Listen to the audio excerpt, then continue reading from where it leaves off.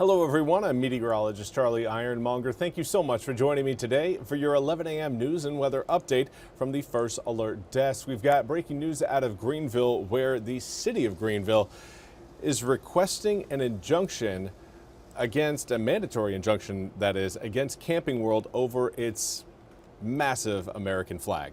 Now, the city filed the lawsuit Thursday against Camping World following a continued battle over the flag, which began last October. The suit also requests that the court require Camping World to pay the remaining fines as well as any other fines that accrue until the flag finally comes down as civil penalties. Now, the Camping World complaint can be found on WITN.com. The action comes after the Greenville City Council voted 4-2 in March to authorize the city of Greenville to file a civil action against Camping World. Court documents show Camping World owes a total of $21,700 in fines to the city. That was as of May 30th. Now, the city will continue to fine the RV dealership $250 a day until a final judgment is made in the lawsuit or until Camping World takes the flag down. The city says a notice of violation was first filed on October 31st and that Camping World has not appealed that notice. The suit says Camping World paid the first 4 violations on January 23rd. All other fines have not been paid since then, according to the suit. Now, the city says the filing a lawsuit is necessary to remedy the zoning violation and any other pending related code violations. City Council members Les Robinson and Monica Daniels voted against the resolution back in March. On March 13th, Greenville City Council voted 4-2 to deny an amendment change that would have allowed Camping World to keep flying the giant American flag at its Greenville location. Now, the flag sparked controversy when Camping World put it back up in October, as council members say it is nearly the size of a basketball court at 3,200 square feet and violates city code. Now, the flag has been flying on a pole that stands 130 feet, almost double the size of current regulations. And now we want to highlight some more news. Of course, we've got the end of school happening pretty much as we speak, and many graduations are going to be happening across the East this weekend. I want to draw your attention again for those of you who are going to be doing any traveling around Pitt County, where some of those graduations are going to be held, and areas that if you're not a part of the graduations you may want to avoid due to traffic.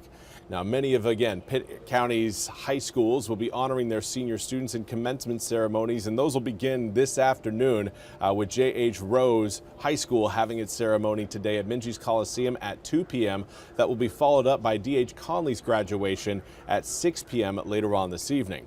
Now, more ceremonies will be held coming up tomorrow at Minges Coliseum, including South Central High School. That'll take place at 9 a.m. Farmville Central High School, that'll take place at noon. Ayden Grifton High School, that'll take place at 3, and North Pitt High School, which will take place at 6 p.m. Now, Pitt County Early College High School and Innovation Early College High School have their graduation ceremonies coming up, or had their graduation ceremony, back on May 22nd. Congratulations to, of course, all the graduating seniors out there, not just in Pitt County, but throughout eastern North Carolina. Now we turn our attention to your weather forecast. It's looking still pretty gloomy out there, but we're starting to again see some breaks in the cloud cover. We'll get you to some of those breaks right here. This is a view through our Moorhead City Cam. It's difficult to see, but over on the left-hand side of your screen there, you do see a little bit of blue. That little bit will become a lot of bit later on today. The cloud cover is going to be pulling away from eastern North Carolina, leaving us with partly to mostly sunny skies as we head into the evening hours. Of course, the evening doesn't do us any favors, but do note that again, we'll maintain that sunshine as we head into tomorrow and throughout most of the day tomorrow.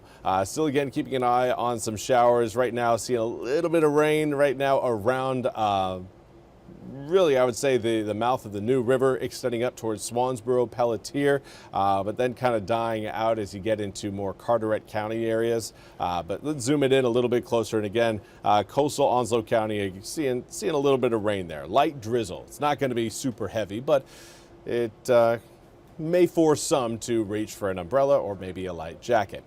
Right now in Greenville, 77 degrees, comes with a calm breeze, makes Makes us kind of hope for maybe a little bit of a stronger wind out of the north, seeing those dew points in the upper 70s right now. That makes 77 degrees feel more like 78, and that humidity will be with us through the entirety of today. Most of us right now seeing our dew points in the 70s, which is summertime humidity. It feels like it outside. You're probably out there saying, okay, who ordered July weather in June? Well, that's just this time of year. And despite the northwesterly wind that is present throughout eastern North Carolina, it is still humid. We've got an area of low pressure right off the coast of the Outer Banks. And unfortunately, that low is still close enough to essentially recycle that humid air that's riding out ahead of it back on the backside of the system and then down through eastern North Carolina. Now, we should see humidity start to dip a little bit more later on today as that low works its way further out of the Atlantic. We'll get less of that recycling effect and we'll get more of the cooler air that's set up over the mountains right now.